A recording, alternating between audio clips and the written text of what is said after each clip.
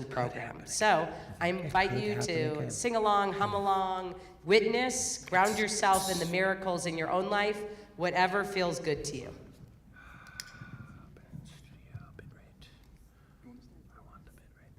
Whatever.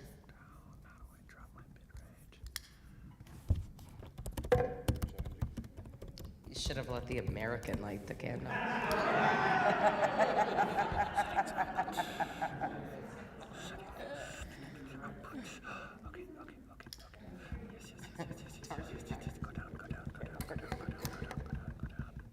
Okay.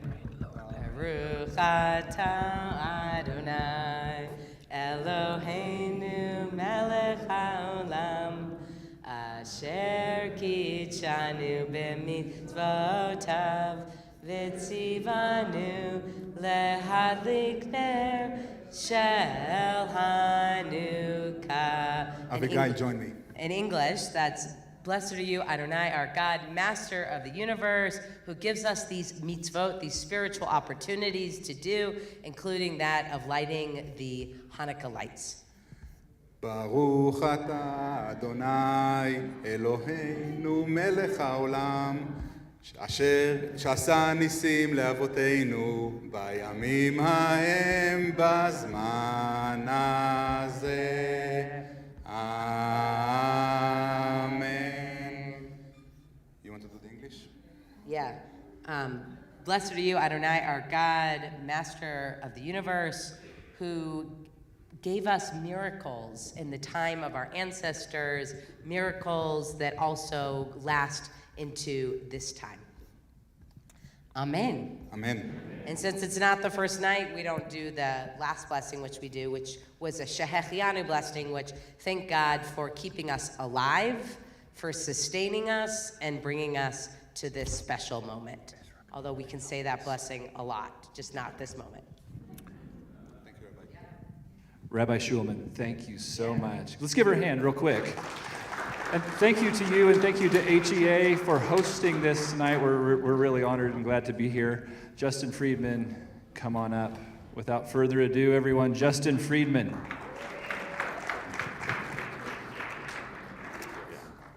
I'll do this one. Well, good evening. Thank you very much. It's just an honor to be here tonight and to be with you in Hanukkah. It's a blessing to have our December 2nd date moved up because Sufganiot, right? But we're excited and just really thankful to be here with you all tonight. Before I get into my introduction and why I'm standing up here to do this session, I just wanted to say a quick word about the title and working together towards a Jewish state.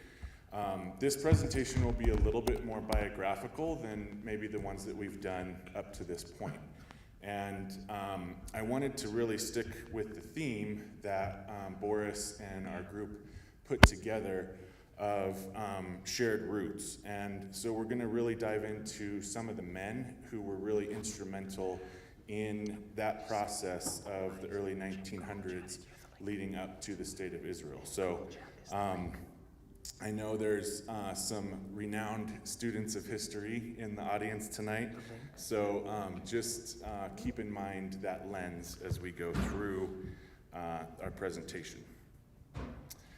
So I'm Justin Friedman. I'm a Colorado native, which there's not very many of us these days, but I grew up in Arvada, and I attended Faith Bible Chapel, and Pastor George and Cheryl were great mentors to me and gave me a lot of opportunity.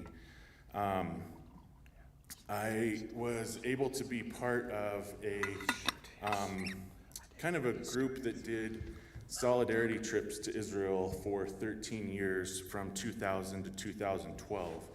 And we did a performance that was about an hour long, and we traveled all over Israel and performed mainly for the IDF. And it was basically a show to say that we love you, we believe you should be here in your land, and that there's millions of Christians in America that support you. So for every summer, for 2.5 weeks, we would go to Israel and do these shows all over the country, and it was so much fun to see the soldiers' faces. They'd be like, why is this random group of Americans showing up on our base? This is so weird. And then we would start our show, and our show was modern Hebrew pop songs that they hear on the radio, and then they would just freak out. So you can see that they really got into it. Here's a bunch of girl soldiers dancing with their M4s because they were just so excited that we were there. We did a tribute dance to the IDF, and you can see me trying to spin some girls around on my arms there. But that was just a really great honor of my life to be able to do that. And then in 2012, I retired from that group. They went a few more times, but COVID kind of put an end to that. So in 2014, though, I started taking basketball players to Israel. And that was really awesome. I grew up playing basketball and football here in Colorado. And through all of our connections, we had the opportunity to go on some bases with the basketball teams, and you can see here that we even donated some equipment so that they could play basketball. This base was on the Lebanese border, and this guy was a Druze commander who's shooting the basketball there. But just another opportunity to bless Israel with sports. This was a camp that we did, and this is at Kibbutz Magen, so right on the Gaza border, and all of these kids suffered from PTSD. So we went in 2017 and 2019 to this community, and it's hard to look at these pictures because I just don't know what happened.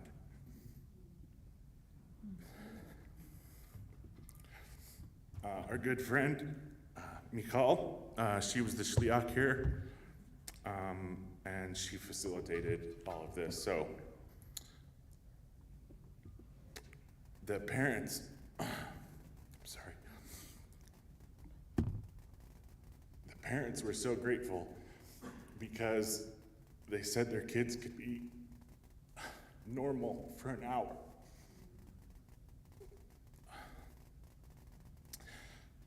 This is the junior national team in Israel, and our groups would get to play them, and they don't get to scrimmage anybody in country.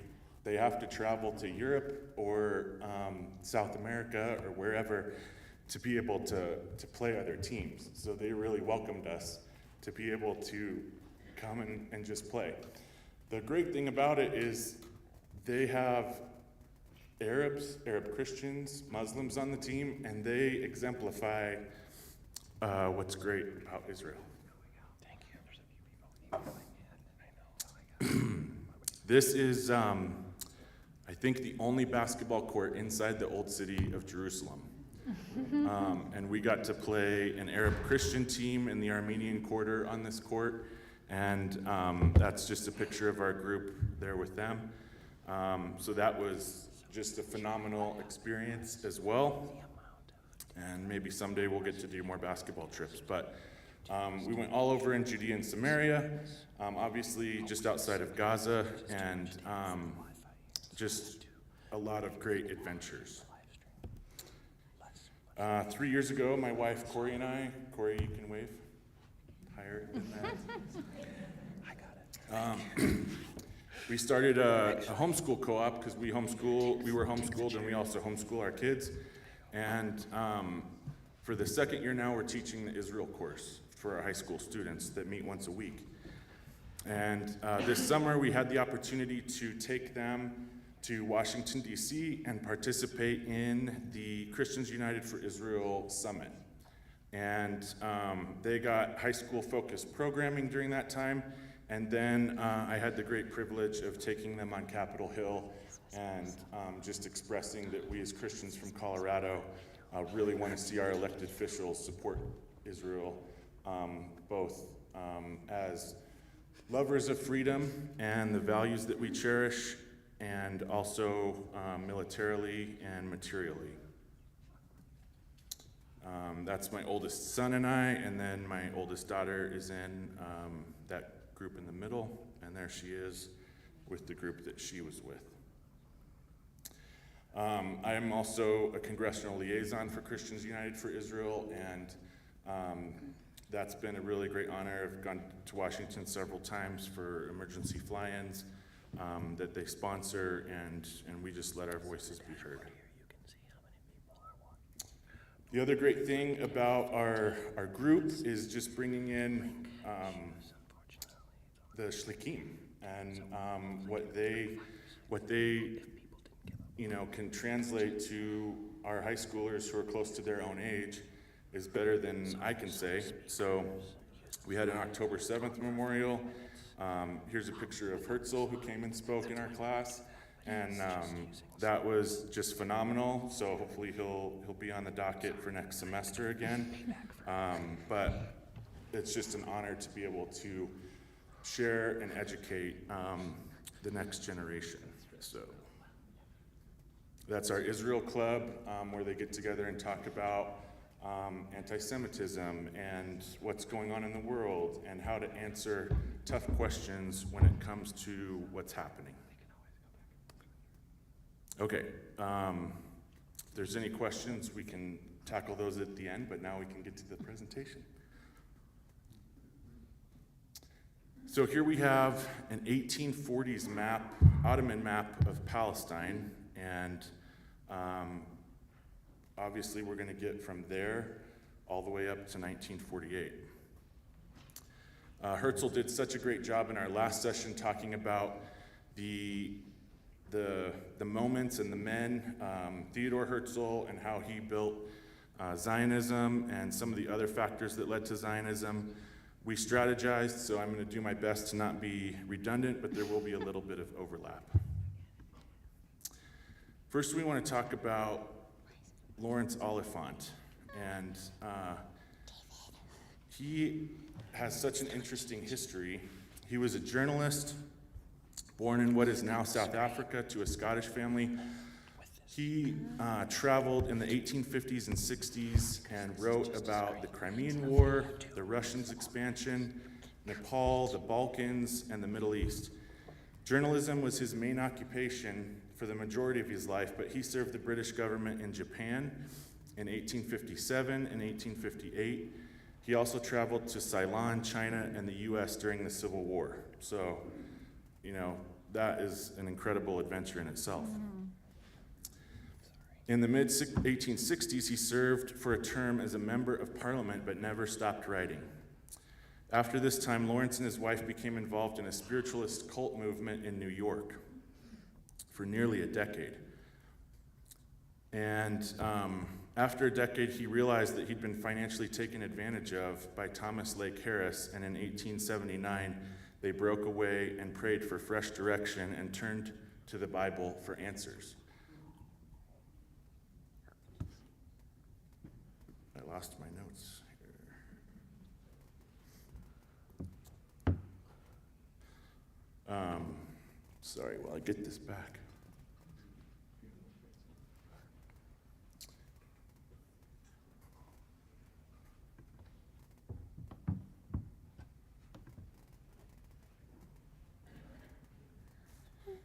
Sorry, I can't see what's happening.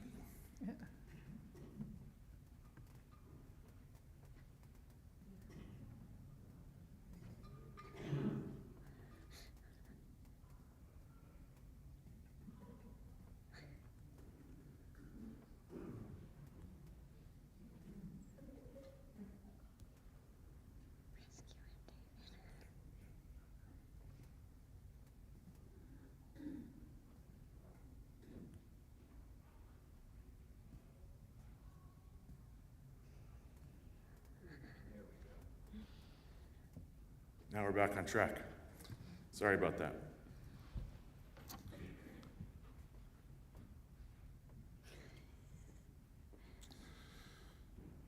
Lawrence read the Bible very carefully and realized that the land of Israel was really important to the Jewish people and to its future, the future of the world. So he went there and realized that the return of the Jewish people was really important for prophecy. He also realized that reports like Mark Twain's of how desolate the land was were discouraging people from going and making Aliyah to Israel. Obviously, this is the early stages of Zionism, but he knew that that was going to be important. He started looking for biblical prophecy to be fulfilled and the return of the Jews to the land. He went and personally witnessed the Russian pogroms and started to speak out. He had a decade of destiny. He ended up being a statesman and appealed to the Ottoman powers that be for the Jewish return to the land. And he donated to early settlements and worked with early Zionist groups in Eastern Europe. He also built interfaith networks to promote Jewish restoration, and then passed away before 1890s. He wrote two books, The Land of Gilead and Haifa, and during my research for this, I read some of his notes on his experiences, and they were very interesting. They're available online, so if you get a chance, I would suggest finding them and reading them.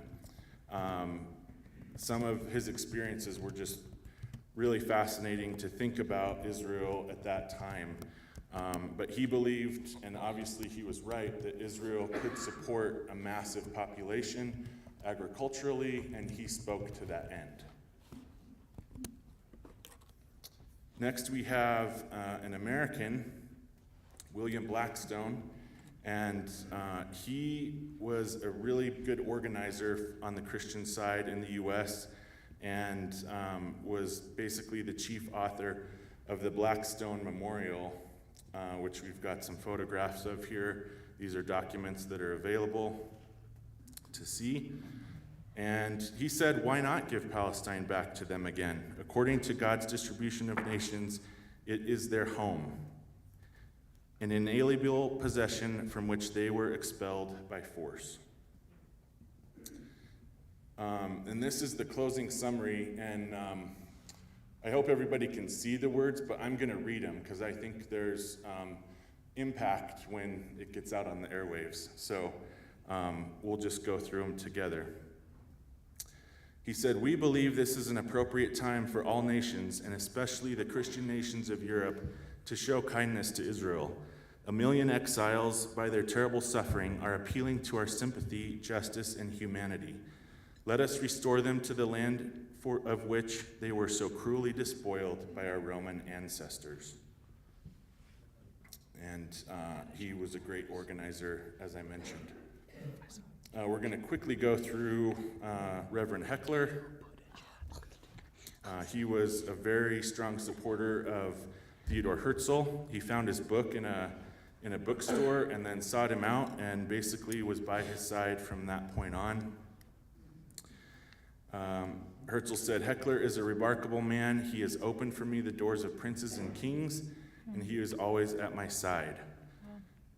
Heckler had some family connections to royalty in Germany and was able to get Herzl those audiences.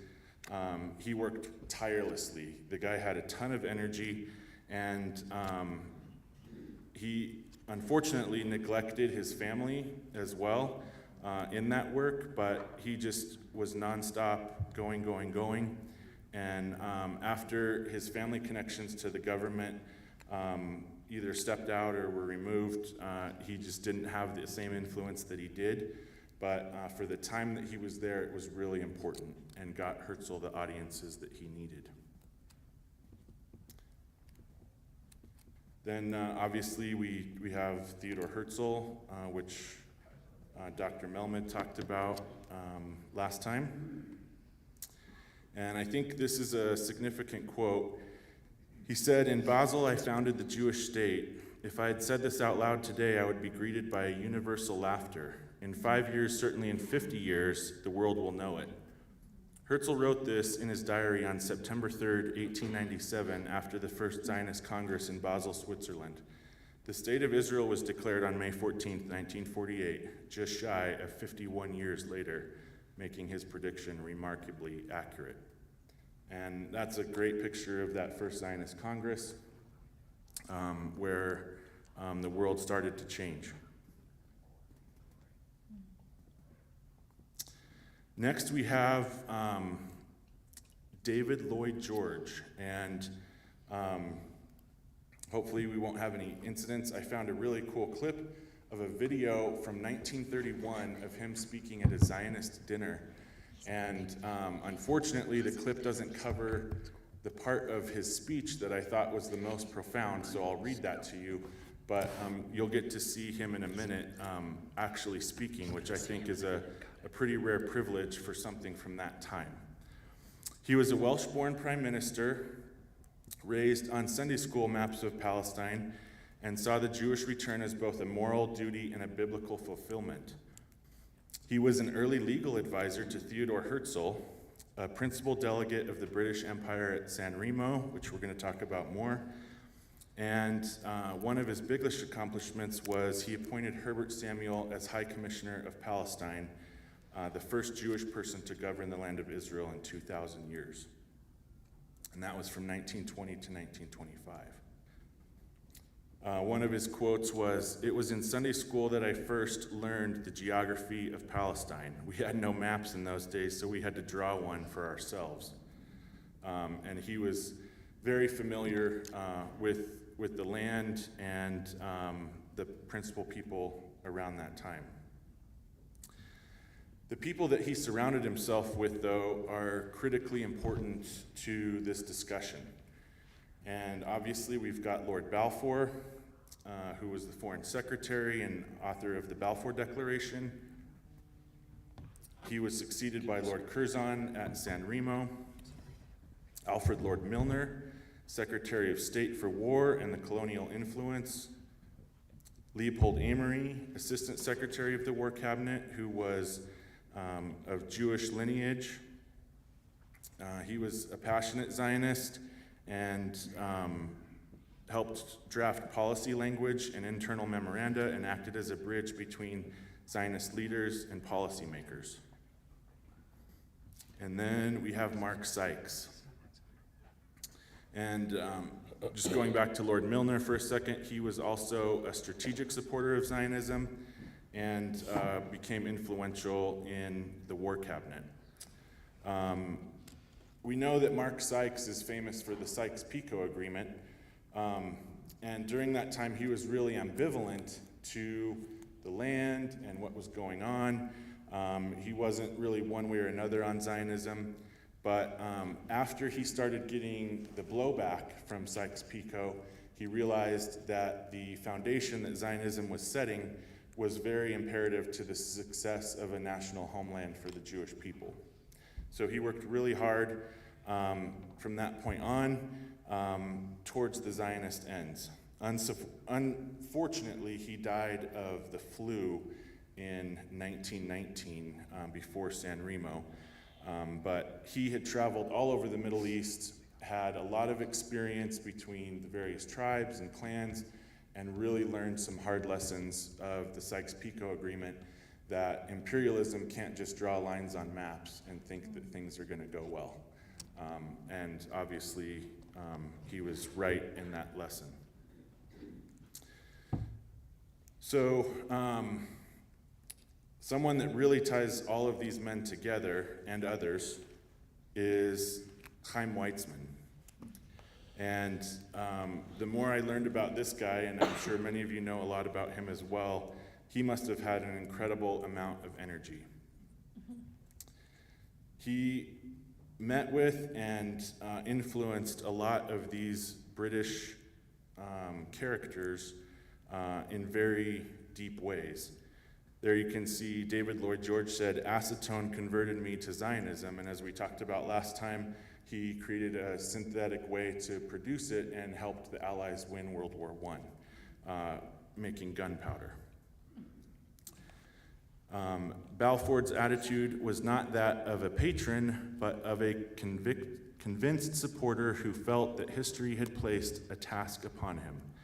That was Wiseman's comment on his relationship with Lord Balfour. And then we have Jan Smuts, and he said, without Jan Smuts, there would be no Balfour Declaration. So the point of this slide is that Wiseman really was the glue that kind of connected a lot of dots during this time with these men and got a lot done.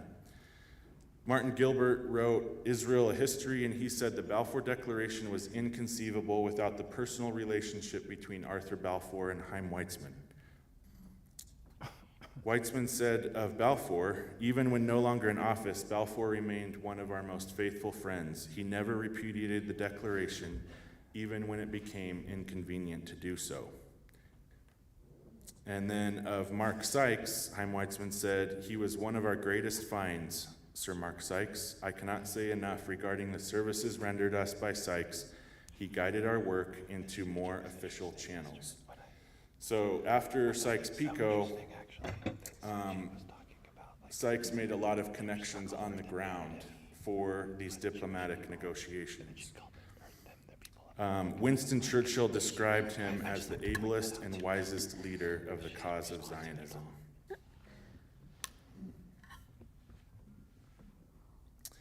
Wiseman worked not only with the British, but with the local Arabs as well. These Arab tribes under Emir Faisal and with the help of T.E. Lawrence wanted to be rid of the Ottoman Turks, who were brutal and abused them a lot. T.E. Lawrence, also known as Lawrence of Arabia, worked hard as a British military liaison to Emir Faisal and pushed the Emir to accept the Balfour Declaration for the sake of the Jewish people and coming back. Once the Arabs were on the doorstep of independence, their centuries-old tribalism kicked in and they were once again fragmented and disunified. The French expelled Faisal from Damascus in July of 1920, just a couple months after the San Remo conference. Wiseman worked with Emir Faisal to come up with an agreement where the Jewish people would return to the land of Palestine, what we now know as Israel, of course, and the Arabs would get basically everything to the east. They were mainly focused on Damascus, Baghdad, and some of the other major Arab centers. They didn't really care at that point in time about Palestine. So they were fine with it going to the Jews, but as I mentioned, their disunity really caused the Wiseman-Faisal agreement to fall apart and not be a factor in the negotiations moving forward.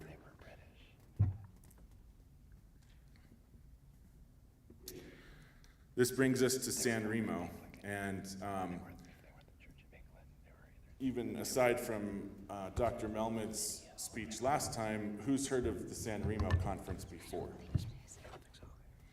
A few. Good. So you can think of it as if the Balfour Declaration was a letter of intent, the San Remo conference is what really pulled it all together and made it legal. And the reason that we talked about the Zionist British leaders leading up to this is because if they wouldn't have been as Zionist as they were, I don't know that the legality would have been there. But because of San Remo and the work they did, they were able to accomplish a lot. The French delegation actually questioned the British on their interpretation of the Palestine Mandate, and the British fought back and said, no, the Balfour Declaration needs to be in the San Remo Agreement verbatim. And that is a huge deal for the legality of the State of Israel. At San Remo, the Allied powers also laid the legal foundation for the 22 Arab states to be created that would come in the subsequent years and decades. That's important because at that point, Israel and the Arab states were created together. So if Israel is illegitimate, then so are all the Arab states, because this is where it happened.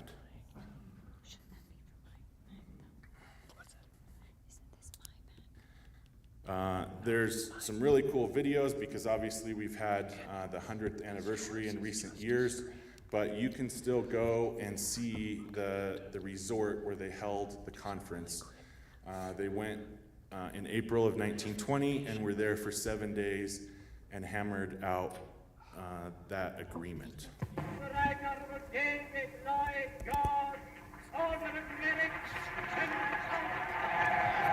There's Chaim Weitzman next to him, and we can't get the volume up any louder, and you won't be able to hear what he's saying, but on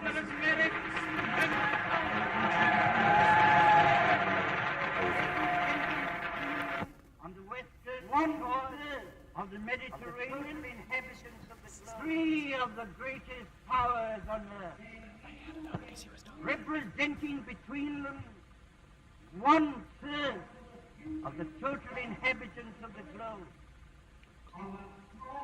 They issued a decree as to the future government and development of a small but a famous country on the eastern shores of the Mediterranean. And under that decree, that development was to be under the protection and control of the nations of the world. A Jew at Tel Aviv is as entitled to protection as a matter of right as a Mohammedan at Cornwall. The honor of the British flag demands that both should be protected against outrage and violence. The rights of all the ancient dwellers, the rights being protected for whoever is still in the land, the minority rights, whether it be Christian or Muslim or whatever, in the event of a Jewish home. Towards the end of that speech, this is what he had to say. The acid of persecution kept their national faith, speaking of the Jewish people, bright and free from rust. There never has been such an experiment as this attempted in the history of the world. It is an inspiring ideal. Here is a race which, when it was a small peasant people, made a greater contribution to the spiritual elevation of humanity than any that ever dwelt on this earth. The people from whom sprang Moses, Isaiah, and Jesus of Nazareth. Today the Jews are the same people that were scourged by the oppressor from their native land, yet not the same, for they have acquired experience no other race can claim. Driven into exile 1900 years ago without a national home, scattered over the face of the globe, mingling with every nation, yet preserving their own strong individuality, absorbing the best of every civilization, yet retaining their own ideals.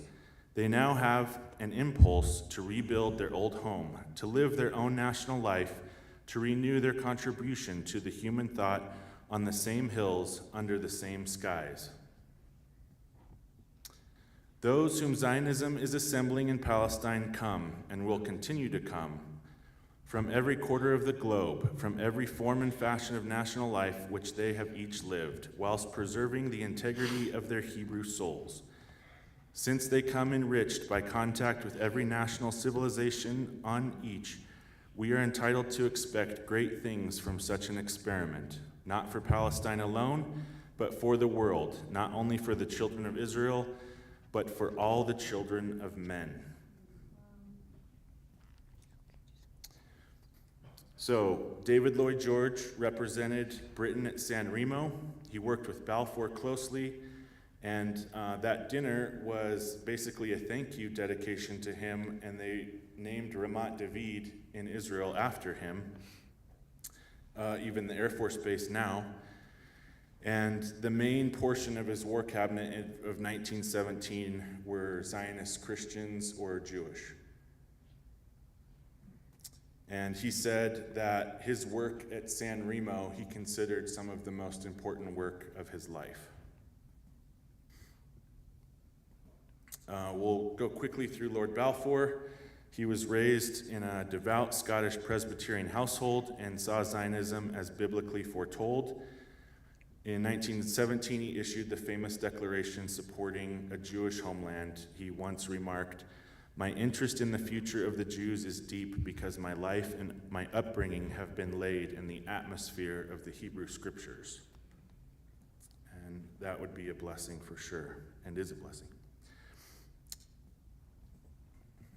Here's a visual of the Balfour Declaration. Like Herzl said, he has the one at his house that's signed by Balfour, which is just such a cool thing to have.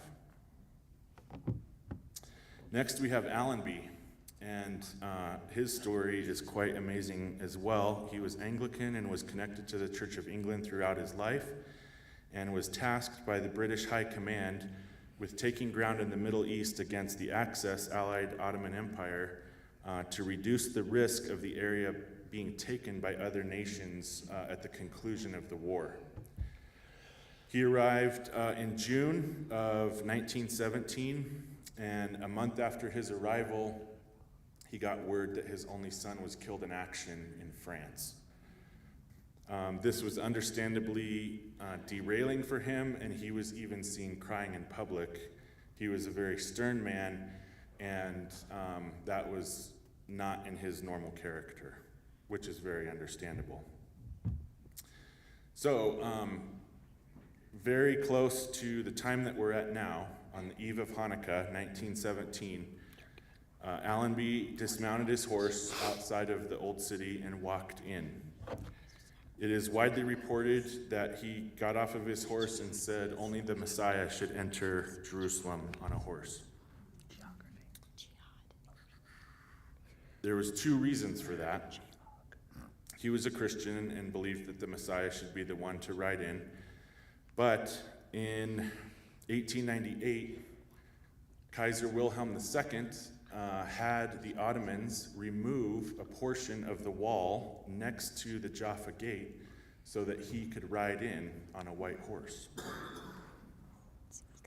And here you can see Allenby walking in, and the black arrow is pointing to the area of the wall that was removed. The Kaiser insisted on it because there was local tradition that eventually a ruler of the land would ride in on a white horse.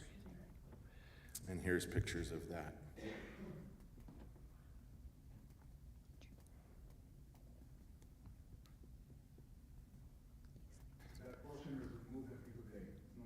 Yeah, you can still walk through that same portion.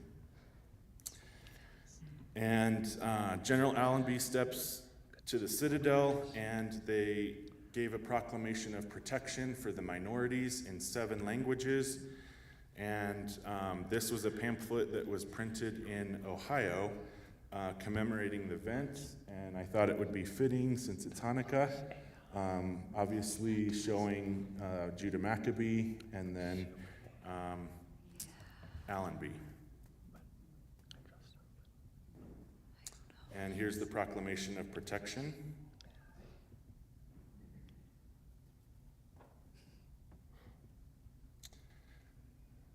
Now we're going to go across the pond and skip forward by about 5 years to 1922.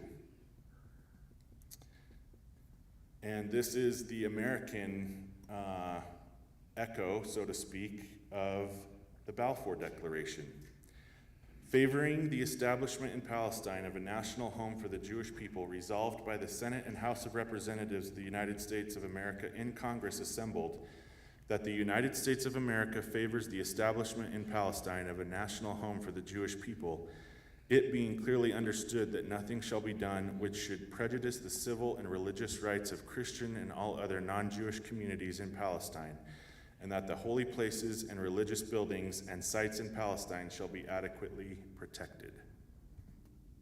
Signed, Warren G. Harding, September 21st, 1922. So, the Lodge Fish Resolution. Who were Lodge and Fish?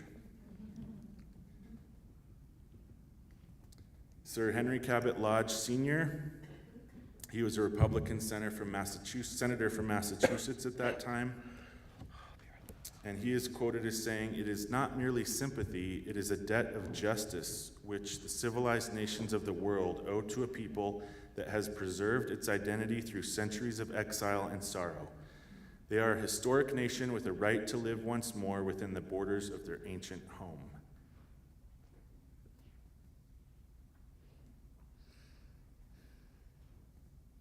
And then we have Hamilton Fish III. And I would posit that he is a candidate for the most interesting man in the world, for any of you who drink Dos Equis. Here is his family line. Nicholas Fish, Revolutionary War Colonel. Hamilton Fish I, Governor and Senator from New York, U.S. Secretary of State and trusted advisor to President Grant, mid to late 1800s. Nicholas Fish II, U.S. Ambassador to Belgium. Hamilton Fish II, Congressman from New York and Assistant Treasurer of the United States. Then we have Hamilton himself. You can see that he lived to be 103. He was the captain of the Harvard football team in 1908 and 1909 and is in the College Football Hall of Fame. During World War I, he was assigned to command the Harlem Hellfighters, and at this point in time, there was intense segregation. So earlier today, I was even reading that he had to defend his black soldiers in the United States before they even got to Europe from white supremacists who wanted to abuse the black soldiers before they even got to the war.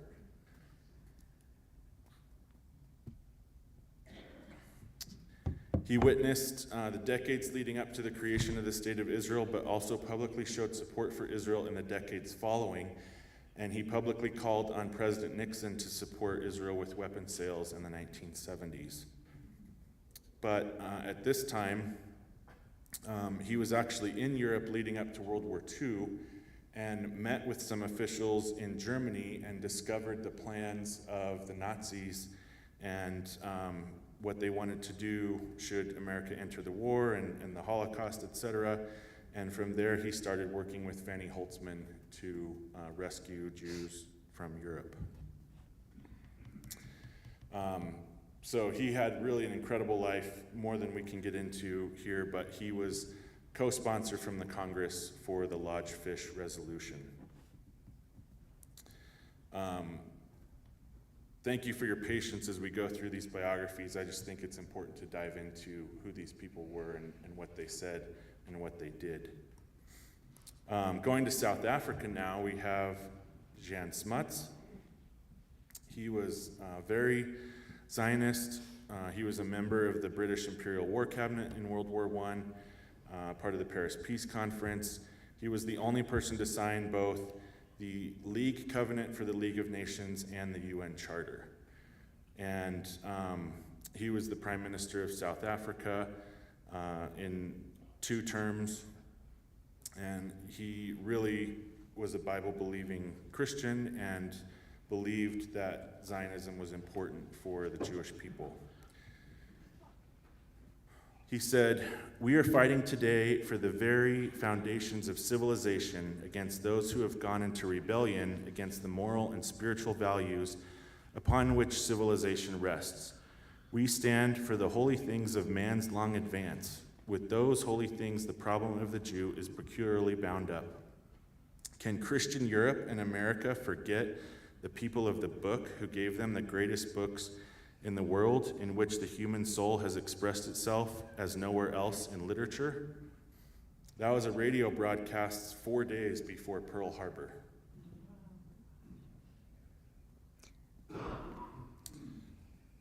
He also said the restoration of the Jews to their homeland is one of the greatest historic events of our time.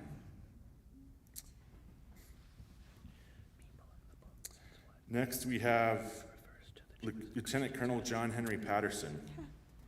And he was a British Army officer, Anglo-Irish Protestant. He's best known for the book The Man-Eaters of Tsavo, but he was mostly known for commanding one of the first Jewish fighting forces in 2,000 years. the Zion Mule Corps in 1915. He was also a champion of the Jewish Legion, worked closely with Jabotinsky and Trumpeldor, and was a moral advocate for Jewish statehood. His stance: I am a Christian, and as a Christian, I believe the Bible. The return of the Jews to Palestine is not merely a political event, it is a fulfillment of prophecy. Menachem Begin said of him, a Christian gentleman who loved the Jewish people more than many Jews loved themselves. He also insisted on the Jewish soldiers being able to express their Judaism within the ranks of the British military. We'll go quickly through Ord Wingate because Herzl talked about him last time, but we are going to talk about, as promised, Lorna Wingate. But Ord Wingate said, I count it my privilege to help the Jews return to the land given to them by God. I believe that the God of Israel is with them. And a Jew once asked Ord Wingate if he had read any books on Zionism.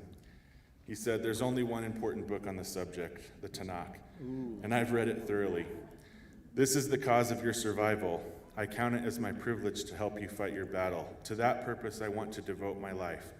I believe that the very existence of mankind is justified when it is based on the moral foundation of the Bible. Whoever lifts a hand against you in your enterprise here should be fought against. Whether it is jealousy, ignorance, or perverted doctrine, such as have made your neighbors rise against you, or politics, which makes some of my countrymen support them, I shall fight with you against any of these influences. But remember, that is your battle. My part, which I say I feel to be a privilege, is only to help you. This is his wife, Lorna Wingate. They were married in 1935. She was age 19. And they met on a boat back to London a couple years before that. They moved to Israel during the Mandate period because Ord was posted to protect British interests there. He received permission to form the Special Night Squads, which were a combined Jewish and British fighting force that would counteract the ongoing Arab violence, resulting in 50 Jewish deaths a month. He set up at Camp En Harod in the north, near kibbutz that was close to Gideon Spring, and the story of Gideon really inspired Ord Wingate.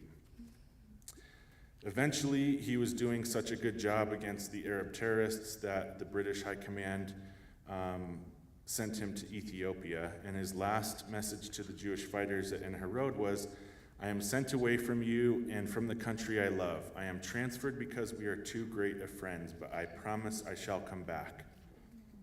While in Ethiopia, he was a crucial piece of training and employing an Ethiopian fighting force that pushed back and defeated Mussolini's fascist forces and restored Emperor Haile Selassie to power.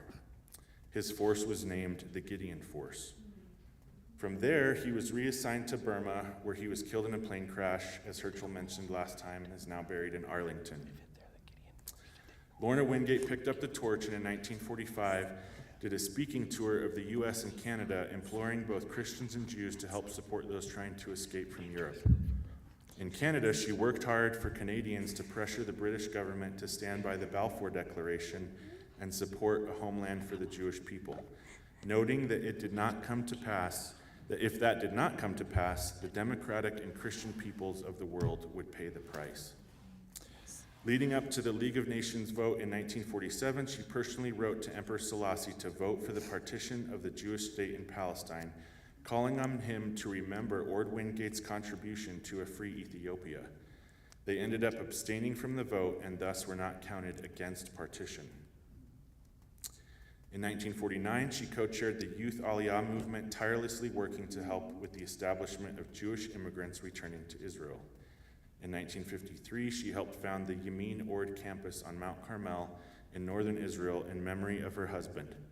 This campus works with troubled youth and many immigrants from Africa, helping them prepare for military service and resettling their lives.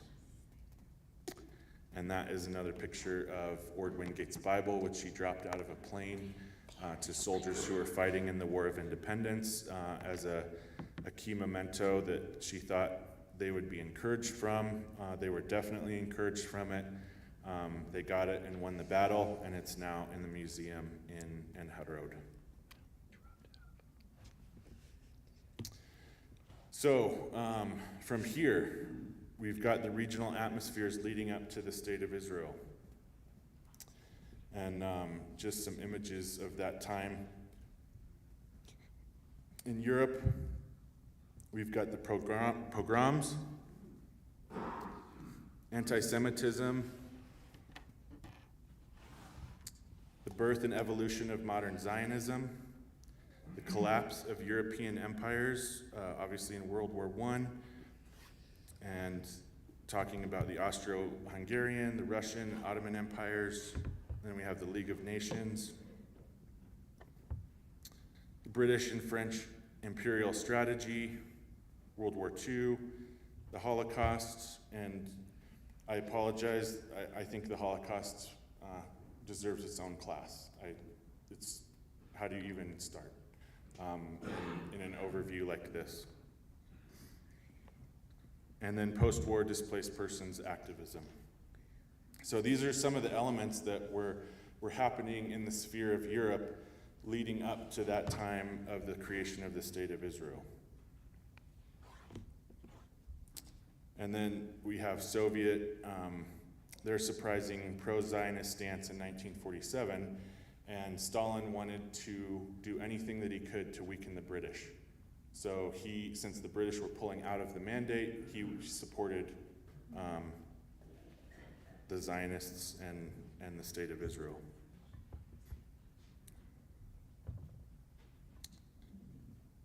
From there, the United States, American Christian Zionism, obviously we've talked about that, the Blackstone Memorial, etc.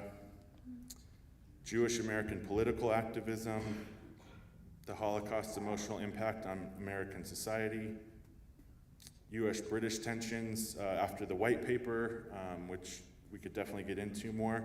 The U.S. really wanted to have Britain let more Jewish people into Israel. And then on the other side of the coin, they rejected ships that were trying to escape Europe. So very complex. U.S. global strategy after World War II. Reconstruction and various points of American power. And then the Middle East. The decline and eventual collapse of the Ottoman Empire, that was massive. 4 centuries of Ottoman control in the area. What happened under the Ottomans is not talked about enough and should be. The influx of Jewish refugees from Eastern Europe, the various waves of Aliyah, World War I, Allied victory, San Remo, and the British Mandate, the rise of the Muslim Brotherhood, 1928, Hassan al-Banna in Egypt starts the Muslim Brotherhood. They fully reject colonialism and start to push for Islamofascism, essentially. And we're still obviously dealing with that today. Zionism and the kibbutz movement, Arab violence, British White Paper, and the influx of Holocaust survivors to the land of Israel. That's a picture of one of the first Muslim Brotherhood meetings in Egypt. And here is some of the agricultural development, and obviously a kibbutznik who was working hard with a gun over her other shoulder. And then obviously the Jewish refugees coming home. So there were amazing men and women, Jew and Christian, that impacted the events leading up to the creation of the State of Israel. A solid biblical understanding and recognition of the moment was critical, and for the Christian Zionists, it was central. What they read in the Bible and believed really impacted what they did. I think, from my opinion, the miracle of Israel is so big and it stretches over so much time that sometimes we miss it. And that's what I try to rectify when I'm teaching high schoolers or whatever the case may be. Like, you've got to recognize the moment. And there's still many who refuse to recognize it. I think these men, Jew and Christian alike, should inspire all of us to stand up for truth and work to bolster our shared roots. I'll leave you with this. The days will come, says Adonai, when the plowman will overtake the reaper, and the one treading grapes, the one sowing seed. Sweet wine will drip down the mountains, and all the hills will flow with it. I will restore the fortunes of my people Israel, and they will rebuild and inhabit the ruined cities. They will plant vineyards and drink their wine, cultivate gardens and eat their fruit. I will plant them on their own soil, no more to be uprooted from their land which I gave them, says Adonai your God. Amos 9:13 through 15.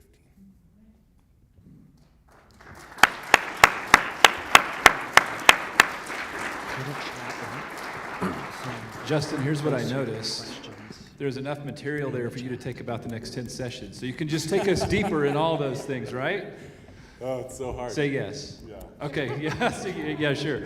Great. So here's what we're going to do in true Shared Roots fashion. We're going to take a break, then we're going to come back for a Q&A. However, tonight's special because it is Hanukkah, and we have sufganiyot. I don't know exactly what sufganiyot is made of, except that it looks like a donut, and it has jelly in it, and it looks absolutely amazing, so there's enough for everybody to have one. There's coffee at the back that HEA has graciously provided, some lemonade, some water too. So grab a refreshment, use the bathroom if you need to. Ask somebody that goes here where the bathroom is. It's kind of down that way. So if you need it, we'll point you in the right direction. But let's do it quick so we can come back for Q&A. So let's take 10 minutes maximum. So right now it is 7:46. Let's come back at 7:56. And sufganiyot is served. Here. And then click mute. And then all right, you're good. Just leave the video.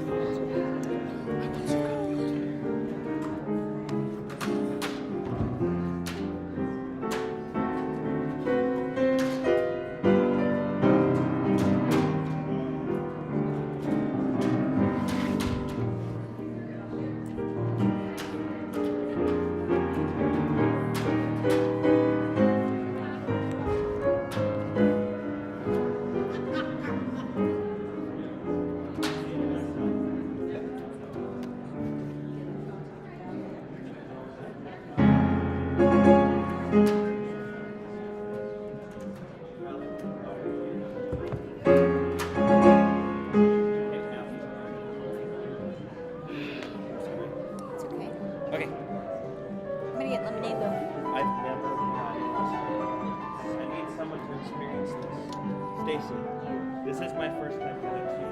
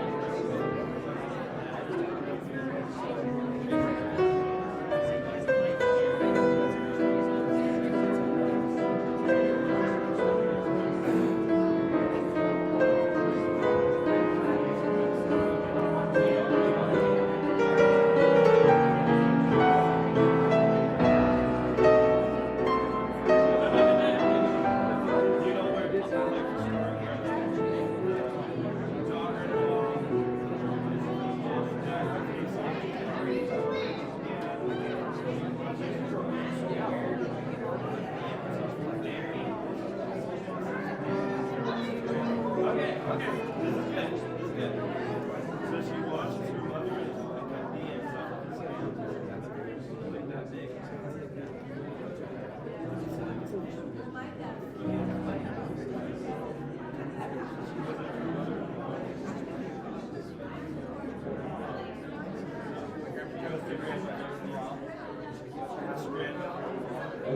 What you want to do is save hundreds when Liberty Mutual customizes your car insurance. That's great, but can you ask your friend to stop digging into the green? I can ask, but he's not going to. Only pay for what you need. Liberty, liberty, liberty, liberty.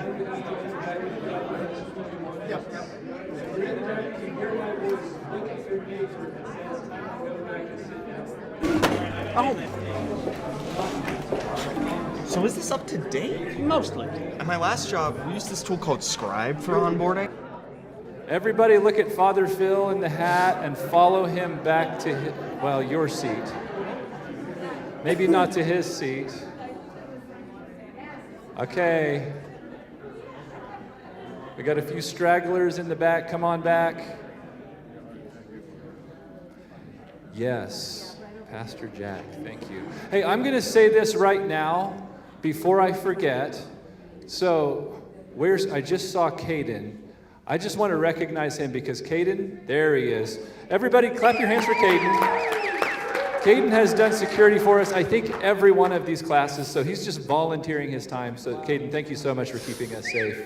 We really appreciate it. Also, I'm going to make an announcement. We have a competitor now with Shared Roots. I'm just kidding, not really. So, Boris, where are you? Boris, raise your hand. Okay, Boris is raising his hands. So we just want to let you guys know this, that in the new year, Boris is doing a class on Tuesdays from January 13th through February, February the 11th or so? Okay, so about 4 weeks. And he's working with DU. So what we'll do, we'll send you out this link, or you can talk to Boris as well to get information. So it'll be different kind of information than what we're doing here. So if you want to get away from us for a couple of sessions to go hear Boris, you're welcome to do that. So here's what I want to do. I actually want to make mention of something also. You know, last week when Father Phil and I and 1,000 Christian pastors were in Israel, we were invited by a group called Friends of Zion. And Friends of Zion actually has an amazing interactive museum that showcases the Christian Zionists of the last 130 or 150 years. And so you might be interested in it. Just if you are interested, write this website down. It's fozmuseum.com. And you can get even more in-depth information about some of these different Christian Zionists. So there's another resource for you. And one more thing I just want to say. When we came back from Israel last week, or 2 weeks ago, one of the things that was burning on my heart and in my mind is that the ideology that wants to wipe Israel and Jewish people off the face of the earth is an ideology against the Bible, right? Against the truth and the historicity of the Bible. Jewish people are the people of the book. I don't know who made that quote, but it's that same book that Christians believe that drive them to be Christian Zionists. The Bible is a Christian book, right? Or I'm sorry, the Bible is a Zionist book. That's what I meant to say. And sometimes we get Christians who are actually trying to fight back against that and say, no, Jesus was Palestinian, and they've really bought into the mind virus and allowed it in. But I think of verses like Psalm 132, verse 13, that say that essentially that God's a Zionist. I'll just read it to you real quick. People don't like that. I don't know why. Come on, Bible app. Let me try this again. I should have it memorized. For the Lord has chosen Zion. He has desired it for his dwelling place. This is my resting place forever. Here I will dwell, for I have desired it. And I think that when we have Christians out there, maybe even Jewish people out there who are confused on whether or not the Bible is a Zionist book, maybe we should just read them Psalm 132:13 as well as about 100 other Bible verses. So, all that to say, we've got the right people in the room, and really what we've got to get out there and do is fight against the ideology that's anti-biblical and anti-Jewish. With that said, that probably tees you up for a lot of excellent questions for Justin. So Justin, are you ready? Pastor Jack, where are you? You said something about Jesus was Palestinian. There is a joke about it. Not about Jesus being Palestinian, but there was a joke that took place in the early 2000s when Israel was negotiating with the Palestinians. It was Yasser Arafat and Ariel Sharon, Israeli Prime Minister. And Ariel Sharon is saying in the negotiation, I want to start with a story. And Arafat says, okay, go ahead, what's the story? So Moses is, he's going to bathe, and he comes out from the river or from the pond, wherever he was bathing, and he saw that someone stole his clothes. And he asked the Israelites, who stole my clothes? The Israelites says, the Palestinians stole them. At that point, Yasser Arafat jumps and says, no, whoa, there were no Palestinians back then. So Ariel Sharon said, now we can start the negotiation.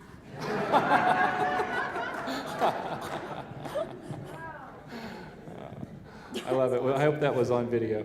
Okay. So raise your hand if you got a question, and don't be shy. Who's going to ask? Okay, right, Brad. Brad is he's our question asker. So hold your hands up as we get done with answers so we can keep this moving.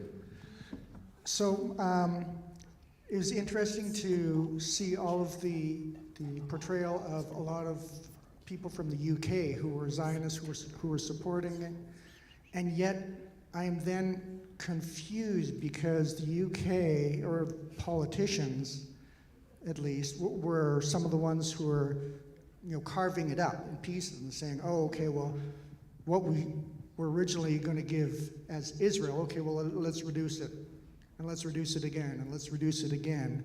And so that makes me wonder, what was the general sentiment of the UK population? Was it a political thing in the UK that was maybe driving that, or was it just politics and international pressures? So at that point in time, leading up to the time shortly after San Remo, and in the 1930s and 40s, a lot of the political atmosphere started to shift, and you had the white papers. So there was a political shift, and I think simultaneously you had a lot of Protestants in the churches in England at that time, so that obviously impacted the politics. World War II, the Blitz, I think they were very war-weary, and they were also trying to figure out what to do after the war and how things would go. Also, Britain doesn't have a lot of resources. So oil became a massive thing of consideration, and they started to think about how can we align with the Arab countries so that we have oil. In the 1950s, inflation got really bad, and I've read before about how bad the air was because they burned so much coal because they just don't have resources. Like lung disease and everything was so bad. So there's so many factors that play into the answer to that. But I think in those early decades of the 1900s, there was a lot of a more Protestant sentiment that essentially trickled up into politics. And then in the 30s and 40s, you had a shift away from that. Winston Churchill did a lot of good things, but like you said, he was involved in some of that carving up. And unfortunately, the Bible has a lot to say about carving up the land of Israel and a lot of intense consequences. And you can see the more they did that, the more the British Empire shrank. So, Boris, Herzl, you guys might have commentary as well, but I would say that would be my quick answer to it. Boris or Herzl, do you want to add something to that? I think that Justin's hit the nail on the head. I think it was pure politics. Look, the white paper, the British white paper stopping Jewish immigration, almost stopping Jewish immigration, was in 1939. So you can imagine what was going on the Jewish side. The Jews were desperate at this stage to get out of Germany and Europe. And the Second World War was about to start. And so the Brits were worried about their oil supplies. So here you can see that political considerations trumped the interests or their interest in helping the Jews. I'm going to ask a quick question from our online viewers. Justin, you ready? Was there a particular stream of Christianity that these men followed that led them to support the founding of a Jewish state? That's a great question, and I tried to highlight the different strands or streams through the various biographies that we talked about. There was Anglican, Protestant, just a whole bunch of different ones. Not as much Catholic, but I would say it was pretty broad. But like you said, it was the ones who really read their Bibles that were the strongest and the most steadfast. So there's some Christians that don't read their Bibles. Yeah. Unfortunately, yes. Okay. Well, so you mentioned Anglicans, Heckler, I don't know how you say his name. He was Anglican. We have 2 Anglican priests in the room. Thank you very much. Actually, no, there's 3. So the heritage continues still to this day. But most were from England, right? And in England, if they were Protestant, you either had the Church of England. Heckler was born in India. Okay. And moved back. Lawrence Oliphant was, I think, born in South Africa. Jan Smuts was South Africa. So all over the British Empire. And yeah, we could go back in and I could find it in my notes, but just off the top of my head, it was a pretty broad swath. That's great. So a question for Justin. As one of the Jewish members of your audience, I don't understand why it seems that Catholics seem to have greater difficulty with the Jewish story and return to the home. Is this a fact? And could you explain, within Christianity, what makes those Christians supporters of Israel and those perhaps opponents? I think, and I've met some very pro-Zionist Catholics, some from Denver, in Israel. So there's definitely some, and I would welcome other comments from the speaking group to that end. But I would say that there was so many decades and centuries of anti-Semitic church doctrine and commentary that just became entrenched, that they've had a hard time becoming unentrenched. My dad and my grandparents were Catholic, and they were pretty ambivalent to me going to Israel. My dad is more Protestant now, obviously, but my grandparents were Catholic until they passed away, and they were, they're kind of like, oh, that's great, and that you go to Israel, but they weren't very concerned about it. They were more concerned for my safety, and I always had to tell them it's more safe than downtown Denver. Amen. But they, they're kind of always like, why? And it was pretty hard to explain. And the parish they went to was named after Pope Pius XII. So, that led to some interesting conversations as well. But, Pope John Paul, he was a great pope for a lot of things as far as the relationship with Israel. They did a lot of work when he visited Israel in 2000, and 2000 was my first trip to Israel, so we got to see things really spruced up because they did a lot of work in preparation for that. But that's kind of an off the top of my head answer. And I would welcome commentary from any of our other pastor speakers or Jeremy. Real quick, Justin. Grab that other handheld and use that and shut the podium mic off. We'll get rid of that ring that way. You know, I'll just say this, and I beat this drum because I think it's really, it was so prevalent in early Christianity and continued into the Catholic Church. But when the early church fathers believed in a replacement theology, that the church had replaced Israel because Israel just needed to be replaced, right? Because Israel didn't accept Jesus as Messiah.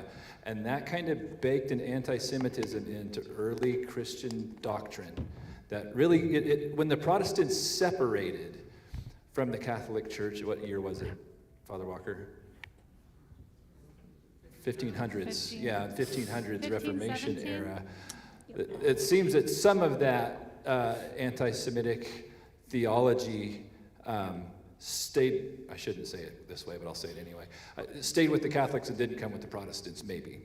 So, but that, there, you know, if you understand Christianity at all, there's two great big sects. There was a schism between Catholics and Protestants.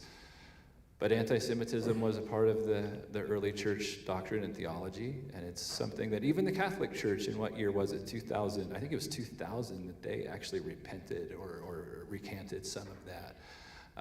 But hopefully that helps answer your question as well, Herzl. Okay, next question. Raise your hand high. Somebody's got to go. There we go. I'm curious about the music you played in your trips. Y'all Golan. Really? Yeah. Wow.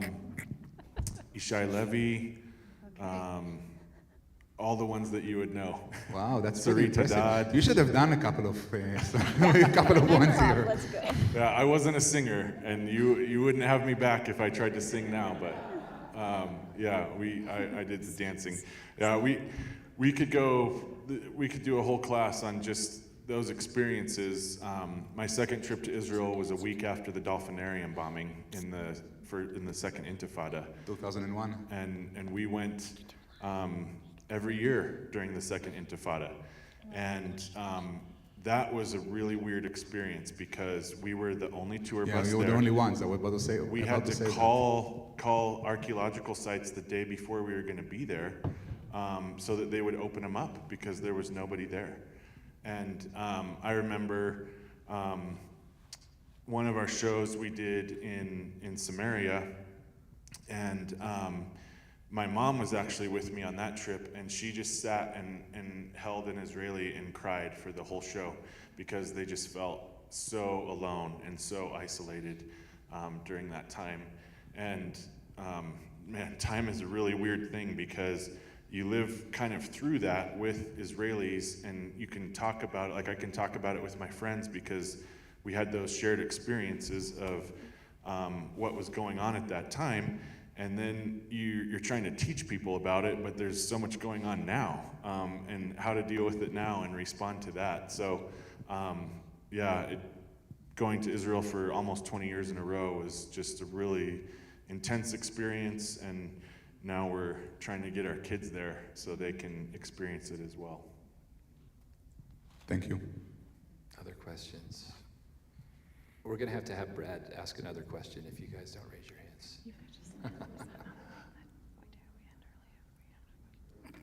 What is the reaction for young people today as far as Good question. I would say a lot of ignorance and a lot of misinformation.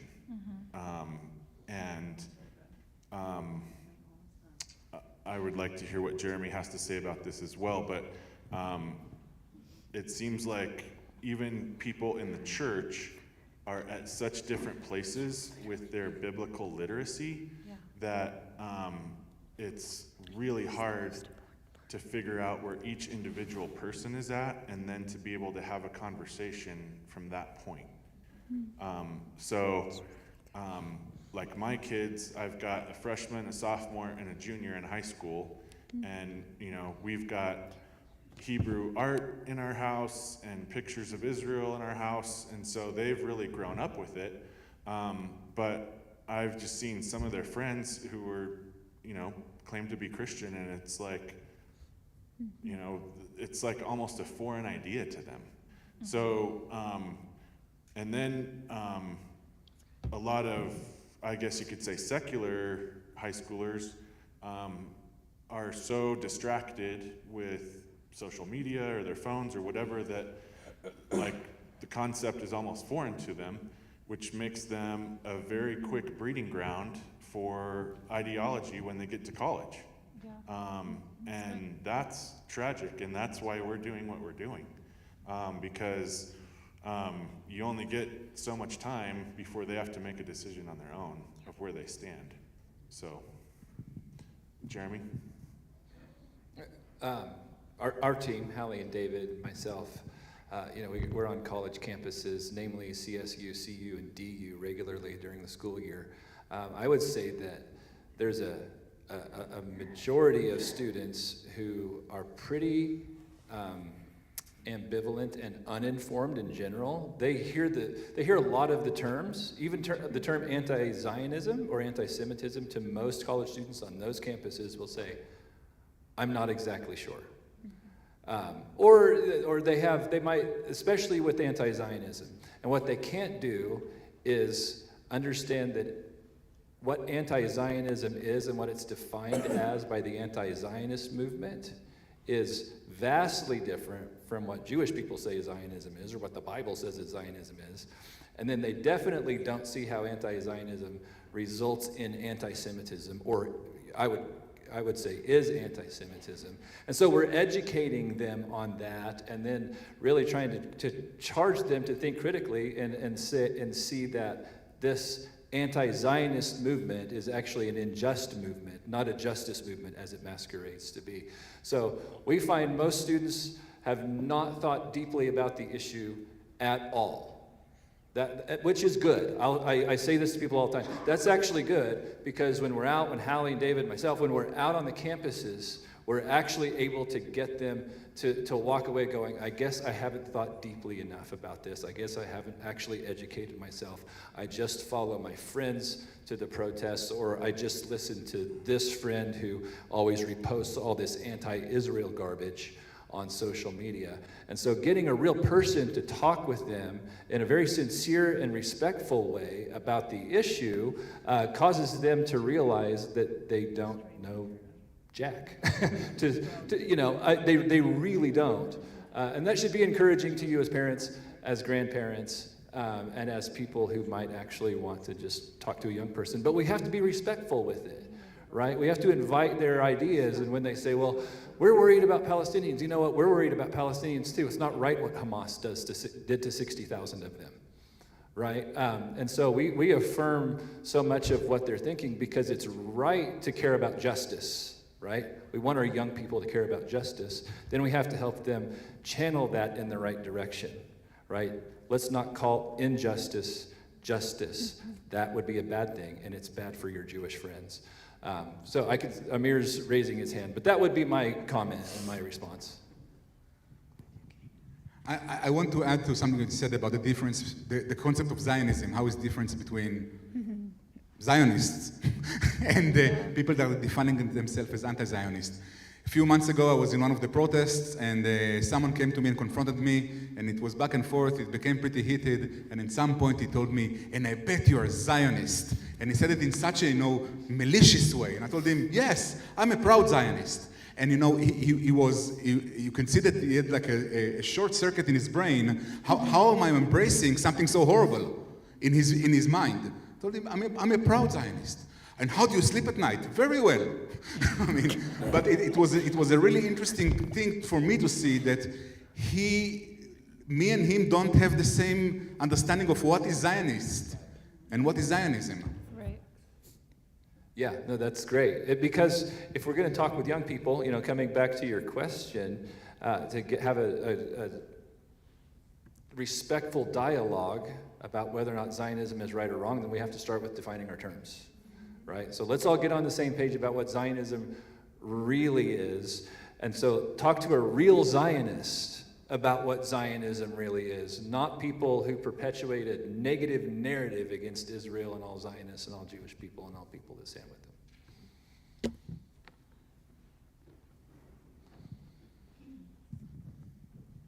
So just one more question, that's it for me. When the modern Israel was forming, you know, in those early formative years there, they needed consensus. They needed, you know, the vote from the UN or League of Nations, and then when things started coming to fruition, they needed military equipment. It was a good thing World War II had just ended. There's a lot of military equipment available from, you know, countries that no longer wanted it or needed it. Fast forwarding from that to today, I'm looking at sort of the need and what is the equipment. And I'm thinking it is conversation, it is the internet, it is social media, it is getting truth and having rational dialogue and discussion.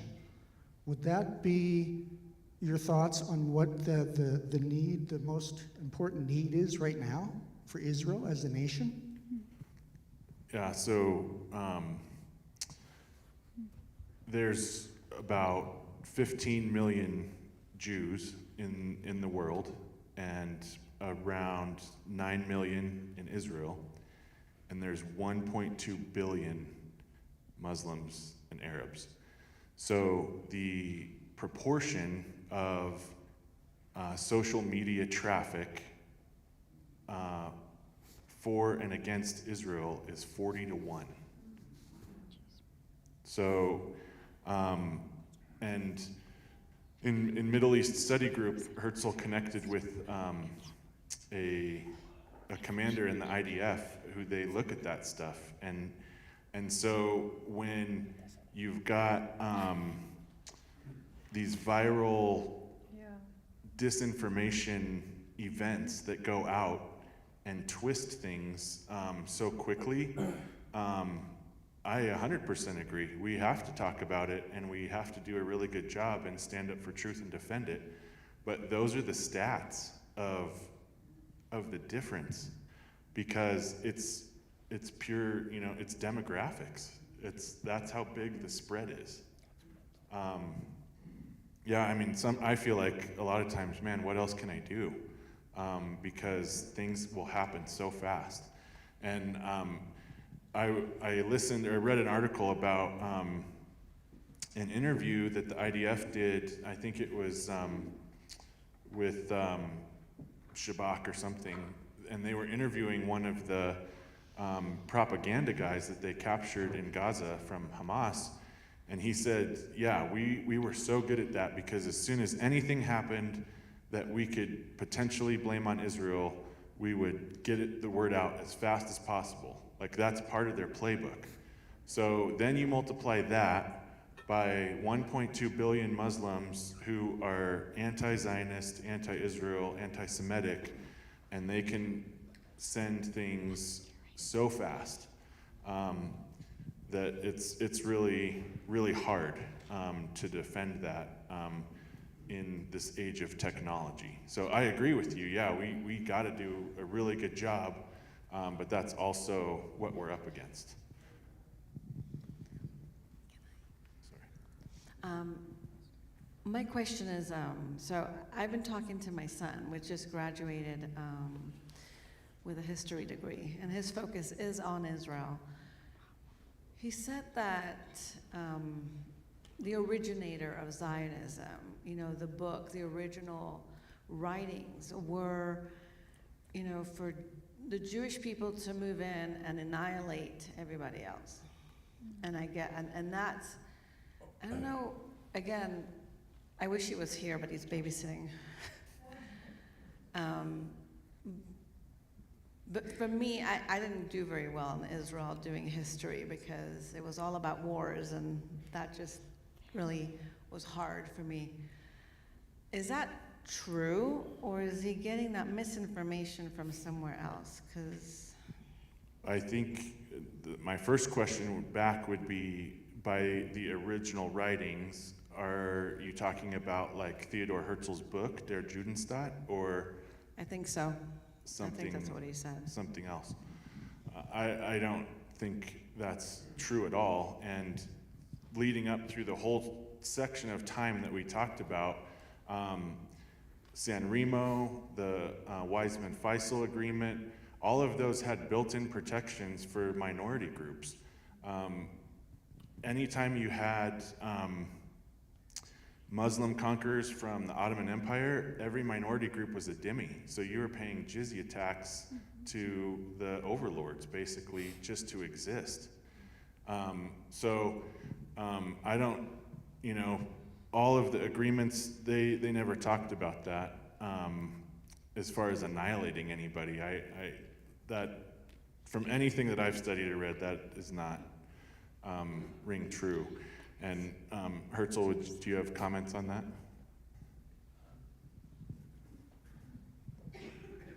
It sounds like conspiracy type theory stuff, In fact, when I looked at the original Zionist leaders, they were naive in believing that they would be bringing such good things, rehabilitating the land.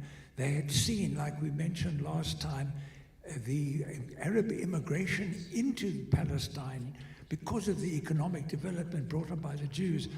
And in Herzl, in the Judenstaat, he even writes there to say, when we're established in our homeland, we need to help the Africans in Africa who were suffering under colonialism at that time. So Zionism saw itself as a light unto the nations, basically. So that's just nonsense. Herzl, hold on to that microphone for a second. What would be some good books that we could point people to that would tell an accurate telling, a narrative for Israel becoming a state again in 1948? Wow. God, I've read so many myself. I don't remember always where I got my information from, because it's something that I do all the time. I wish I could give you one particular book. Maybe if you give me a chance to think about it at the next meeting, or I'll send you an email, if you like, with some recommendations of what I think is basic. But I can't think of one, because I gave a book to my grandson. Sorry, I'll stand up if I gave a book recently to my grandson, because one of my problems is to try and get my grandkids more involved in Israel and so on. And the book I actually gave him to read is called Angels in the Sky. Have any of you heard of that book? It is okay, Boris, yeah. It is really one of the most remarkable books of the power of humanity to fight back against impossible odds. It's the story of how the fledgling Israeli Air Force put together bits and pieces of aeroplanes to get something that could fly and to start fighting back against the overwhelming odds. And if not for this crowd of young, swashbuckling young men, Israel would never have succeeded in coming about. So I would start with that, because it gives you the essence of the spirit of what makes Israel succeed in impossible odds. That's great. Angels in the Sky. Angels in the Sky. We need a shared roots reading list, obviously, so we'll work on that. Boris, do you have another book you'd recommend? Yes, that book is fantastic, and I certainly recommend everybody to read it. But historically, the book by Montefiore, it's called Jerusalem Biography, is a spectacular book that goes over Jerusalem from ancient history through all this modern history, how it becomes sort of a return into Zion. And that's one. And the other book is called Israel by Anita Shapiro, which is just historical book about return of Zionism into Israel.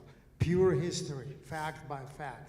And so those books I would We'll have you guys recommend. type those into an email for me, Sure. and we'll send it out to everyone. It's 8:30. Is everyone okay to hear one more question? We're not going to take any more comments, but I can take one more question. Did you have a question, Mark? Okay. Any more questions? No. Nancy in the back's got a question. Thank you. Well, my question is there, how do we point the younger generation to non-biased media? Which media do we send them to? There's no such thing. Okay. There's really no such thing. But here's what I would tell even to Ronnie's son. Whatever side you think you're on, listen to the other side. Then you actually get a balanced perspective. Somewhere in the middle there is the whole truth, right? Or at least a decent amount of it. And if we're training our young people to think critically, then they should be able to decipher truth from lies, right? If they challenge everything and then we guide them, we can help them challenge truth from lies. So, one of my favorites, I think if you're looking for news coming out of the land of Israel, oh my goodness, what's the, Joel Rosenberg, yeah. Times of Israel, very good. I don't know if there's any others. I feel like we did answer this question once before, but oh yes. I like That's the book, really, because there's so many books it's impossible to read it all. But her book is short, well written, and it's called, I think, Israel, the Most Misunderstood Nation on Earth. Brilliant discussion about Israel. I think start with that. She will tell the truth in a very blunt way. She's excellent. Okay.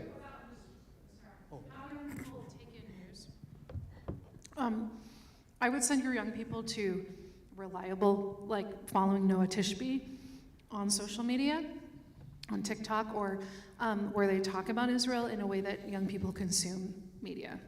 They don't go read news sites like we do. That's true. Same way.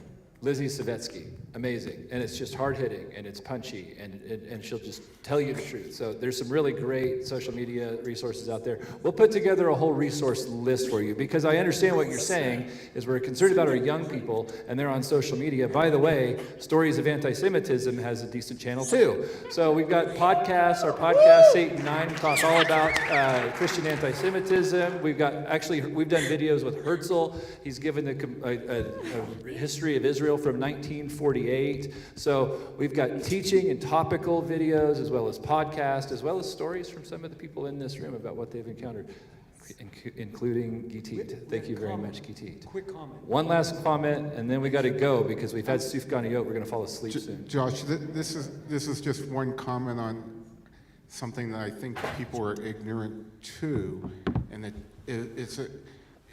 the state of Israel has almost 10 million people.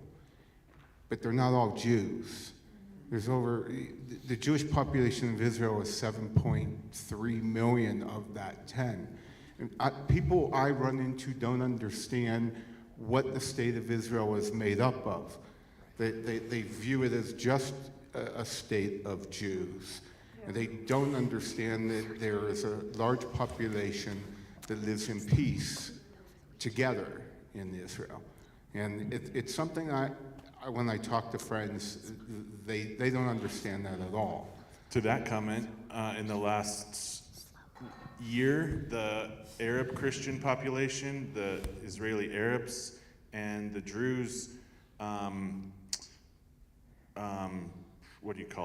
enlistment in the IDF is way up because they know the truth. And I think they're tired of the lies too. And Israel's such a great place to live.